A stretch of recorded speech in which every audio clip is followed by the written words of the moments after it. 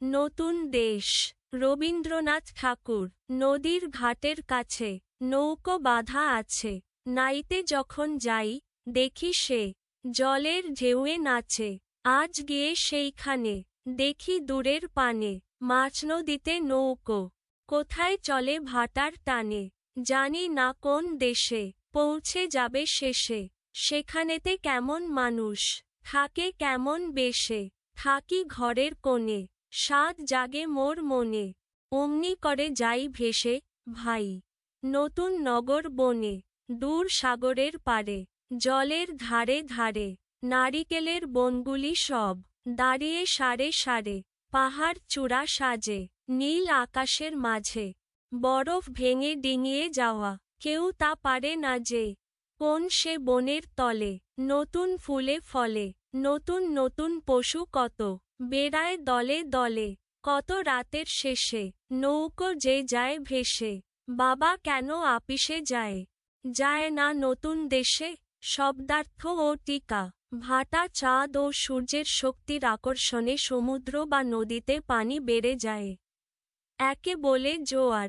এ পানি কমে যাওয়াকে বলা হয় ভাটা। আপিস অফিস শব্দের একটি কথ্য রূপ। পাঠের উদ্দেশ্য শিক্ষার্থীর অনুসন্ধিৎসা, কল্পনাশক্তি ও সৃজনশীলতা জাগ্রত করা। পাঠ পরিচিতি। কবিতাটি রবীন্দ্রনাথ ঠাকুরের সহজ পাঠ গ্রন্থের প্রথম ভাগ থেকে নেওয়া হয়েছে। এই কবিতায় অজানাকে জানার সীমাহীন কৌতূহল এবং প্রকৃতির সকল রহস্য উন্মোচন করার অপার আকাঙ্ক্ষার কথা প্রকাশিত হয়েছে।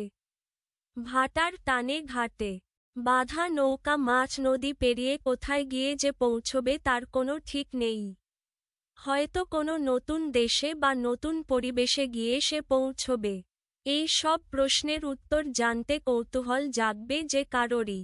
হয়তো কোনো অসীম সৌন্দর্য, অজানা আনন্দ বা অপার বিস্ময়ে তার জন্য অপেক্ষা করে আছে। অজানার প্রতি এই ব্যাকুলতা শিশুরা তাদের আশপাশের সবার মধ্যেও দেখতে চায়। কবি পরিচিতি।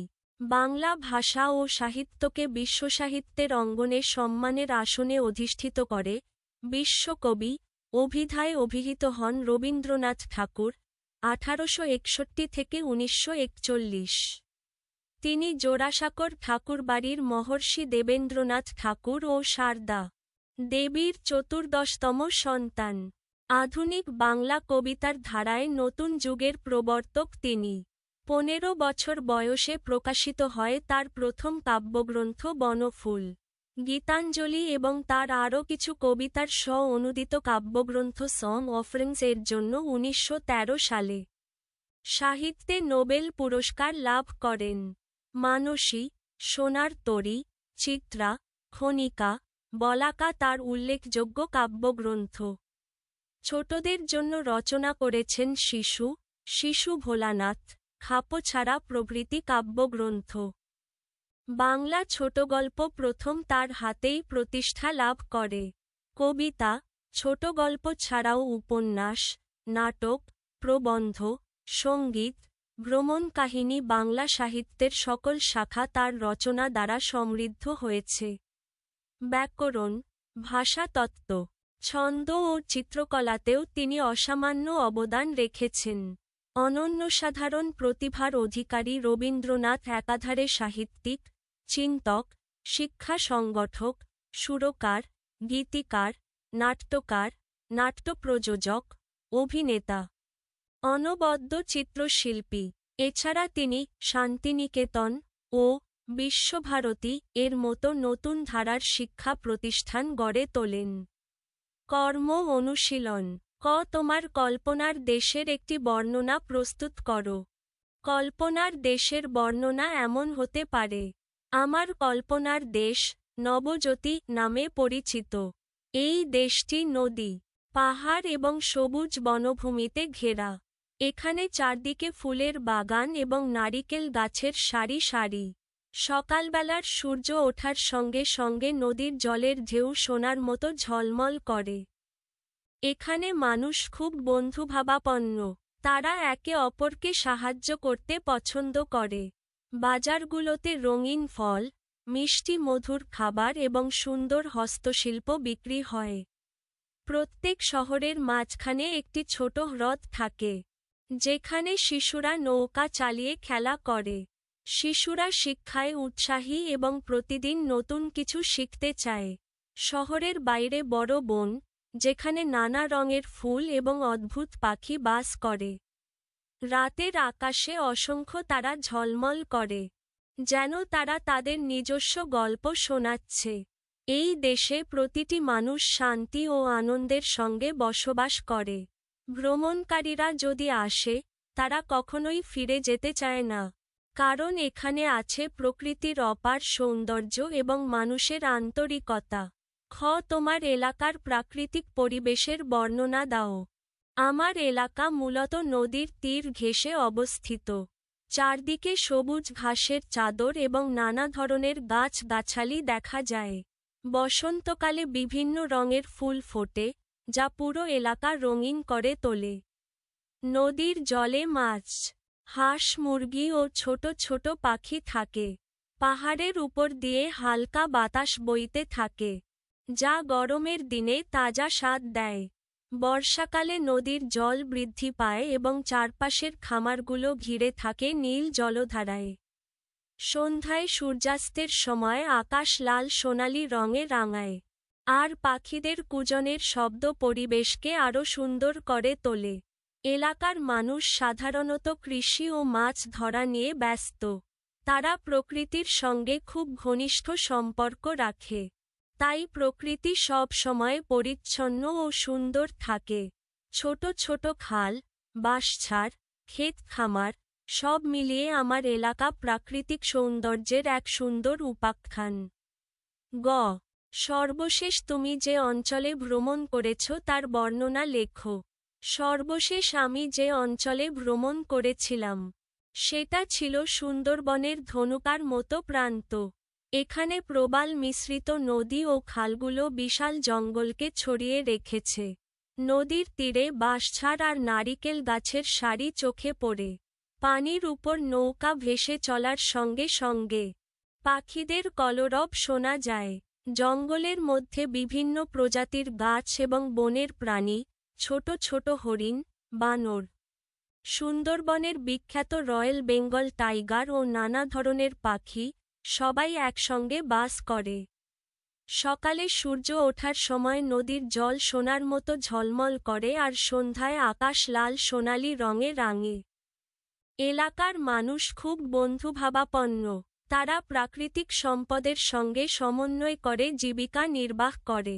খাবার ও স্থানীয় শিল্পকলা পর্যটকদের মুগ্ধ করে। পুরো এলাকা যেন প্রকৃতির এক অসীম সৌন্দর্যের অধ্যায়, যেখানে সময় থেমে যায় এবং মানুষ প্রকৃতির কাছাকাছি হতে পারে। নমুনা প্রশ্ন, বহু নির্বাচনী প্রশ্ন। ১. জলের ধারে কি দাঁড়িয়ে আছে? নারিকেল বন। জলের ধারে কবিতায় নারিকেল বন উল্লেখ আছে। ২. অমনি করে যাই ভেসে, ভাই, নতুন নগর বনে, এখানে কি প্রকাশ পেয়েছে? অসীম সৌন্দর্য। অজানা আনন্দ। অপার বিস্ময়। নিচের কোনটি সঠিক? অমনি করে যাই ভেসে, ভাই, নতুন নগর বনে। এই লাইনটি কল্পনা শক্তি, নতুনের প্রতি আকাঙ্ক্ষা ও অজানার প্রতি আগ্রহ প্রকাশ করে। অর্থাৎ এখানে কবিতায় অসীম সৌন্দর্য, অজানা আনন্দ এবং অপার বিস্ময় তিনি প্রকাশ পেয়েছে। উদ্দীপকটি পড়ে ৩ ও ৪ নং প্রশ্নের উত্তর দাও। দেখা হয় নাই চক্ষু মেলিয়া, ঘর হতে শুধু ২ পা ফেলিয়া, একটি ধানের শীষের উপরে, একটি শিশির বিন্দু। ৩. উদ্দীপকের সঙ্গে নতুন দেশ কবিতার কোন দিকটি সাদৃশ্যপূর্ণ? অজানাকে জানা। উদ্দীপকের সঙ্গে নতুন দেশ কবিতার সাদৃশ্যপূর্ণ দিক হল অজানাকে জানা। ৪. উক্ত দিকটি নতুন দেশ কবিতার কোন অংশে প্রতিফলিত হয়েছে? জানি না কোন দেশে পৌঁছে যাবে শেষে। সৃজনশীল প্রশ্ন। ১. শীতের ছুটিতে বাবা মায়ের সঙ্গে হৃদিতা বেড়াতে যায় সেন্ট মার্টিন দ্বীপে। সেখানকার সামুদ্রিক প্রবাল, সারি সারি নারিকেল গাছ, মাছ ধরার বড় বড় নৌকা ওর মনে কৌতূহল জাগায়। দিগন্ত বিস্তৃত নীলাভ জলরাশি, পরিষ্কার আকাশ ওকে নিয়ে যায় অন্য এক জগতে। ওর ইচ্ছে হয় সমুদ্রের নানা রঙের মাছের সঙ্গে খেলা করতে, আবার কখনো বা আকাশে পাখি হয়ে উড়ে বেড়াতে।